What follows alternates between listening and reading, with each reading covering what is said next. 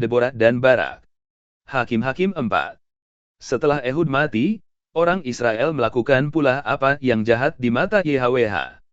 Lalu YHWH menyerahkan mereka ke dalam tangan Yabin, Raja Kanaan, yang memerintah di Hazor.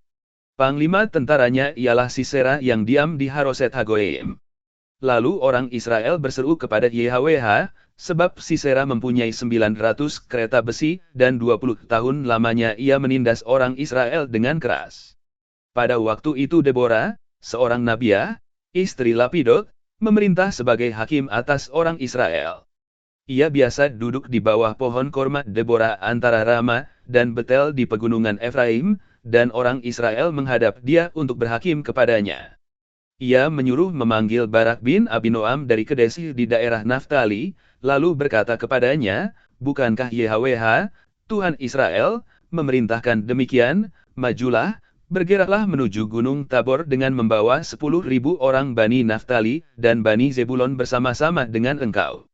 Dan aku akan menggerakkan Sisera, panglima tentara Yabin, dengan kereta-keretanya dan pasukan-pasukannya menuju engkau ke sungai Kison, dan aku akan menyerahkan dia ke dalam tanganmu." Jawab Barak kepada Deborah, "Jika engkau turut maju aku pun maju, tetapi jika engkau tidak turut maju aku pun tidak maju." Kata Deborah, "Baik, aku turut. Hanya, engkau tidak akan mendapat kehormatan dalam perjalanan yang engkau lakukan ini, sebab YHWH akan menyerahkan Sisera ke dalam tangan seorang perempuan." Lalu Deborah bangun berdiri dan pergi bersama-sama dengan Barak ke Kedes. Barak mengerahkan suku Zebulon dan suku Naftali ke Kedes, maka 10.000 orang maju mengikuti dia, juga Deborah maju bersama-sama dengan dia. Adapun Heber, orang Keni itu, telah memisahkan diri dari suku Keni, dari anak-anak Hobab ipar Musa, dan telah berpindah-pindah memasang kemahnya sampai ke pohon Tarbantin di Zaanaim yang dekat Kedes. Setelah dikabarkan kepada Sisera, bahwa Barak bin Abinoam telah maju ke Gunung Tabor, dikerahkannyalah segala keretanya, 900 kereta besi, dan seluruh rakyat yang bersama-sama dengan dia, dari Haroset Hagoyim ke sungai Kison. Lalu berkatalah Deborah kepada Barak, "Bersiaplah, sebab inilah harinya YHWH menyerahkan Sisera ke dalam tanganmu. Bukankah YHWH telah maju di depan engkau?" Lalu turunlah Barak dari Gunung Tabor dan 10.000 orang mengikuti dia.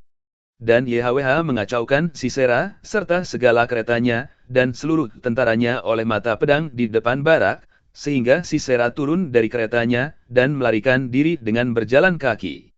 Lalu Barak mengejar kereta-kereta dan tentara itu sampai ke Haroset Hagoyim, dan seluruh tentara Sisera tewas oleh mata pedang, tidak ada seorang pun yang tinggal hidup. Tetapi Sisera dengan berjalan kaki melarikan diri ke kemah Yael, istri Heber, orang Keni itu, sebab ada perhubungan baik antara Yabin, Raja Hazor, dengan keluarga Heber, orang Keni itu. Yael itu pun keluar mendapatkan Sisera, dan berkata kepadanya, "Singgahlah, tuanku, silakan masuk. Jangan takut." Lalu singgahlah ia ke dalam kemah perempuan itu, dan perempuan itu menutupi dia dengan selimut. Kemudian berkatalah ia kepada perempuan itu, "Berilah kiranya aku minum air sedikit, aku haus." Lalu perempuan itu membuka kirbat susu, diberinyalah dia minum dan diselimutinya pula. Lagi katanya kepada perempuan itu, "Berdirilah di depan pintu kemah, dan apabila ada orang datang dan bertanya kepadamu, 'Ada orang di sini?' maka jawablah, 'Tidak ada.'"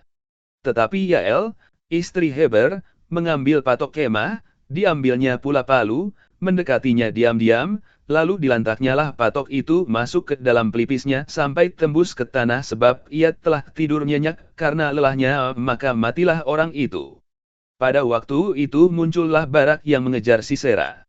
Keluarlah Yael mendapatkan dia dan berkata kepadanya, "Mari, aku akan menunjukkan kepadamu orang yang kau cari itu." Lalu masuklah Barak ke dalam, dan tampaklah Sisera mati tergeletak dengan patok dalam pelipisnya. Demikianlah Tuhan pada hari itu menundukkan Yabin, Raja Kanaan, di depan orang Israel. Dan kekuasaan orang Israel kian keras menekan Yabin, Raja Kanaan, sampai mereka melenyapkan Yabin, Raja Kanaan itu.